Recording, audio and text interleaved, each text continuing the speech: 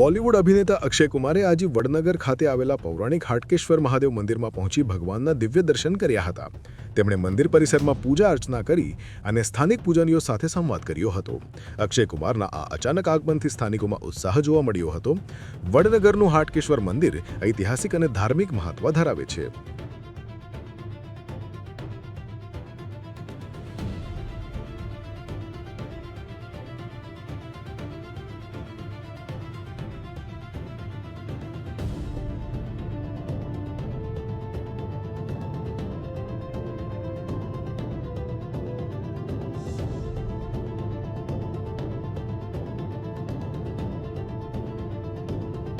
जी बता रहे थे कि ये पहला कहते हैं लिंग था जो अपने आप स्वयं प्रकट हुआ.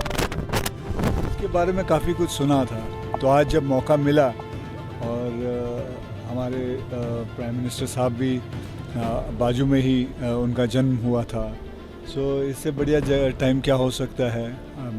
मैं करीबन 1-1.5 घंटा दूर ही था, तो मैं कहा चलो जाके देख आते हैं. और मैं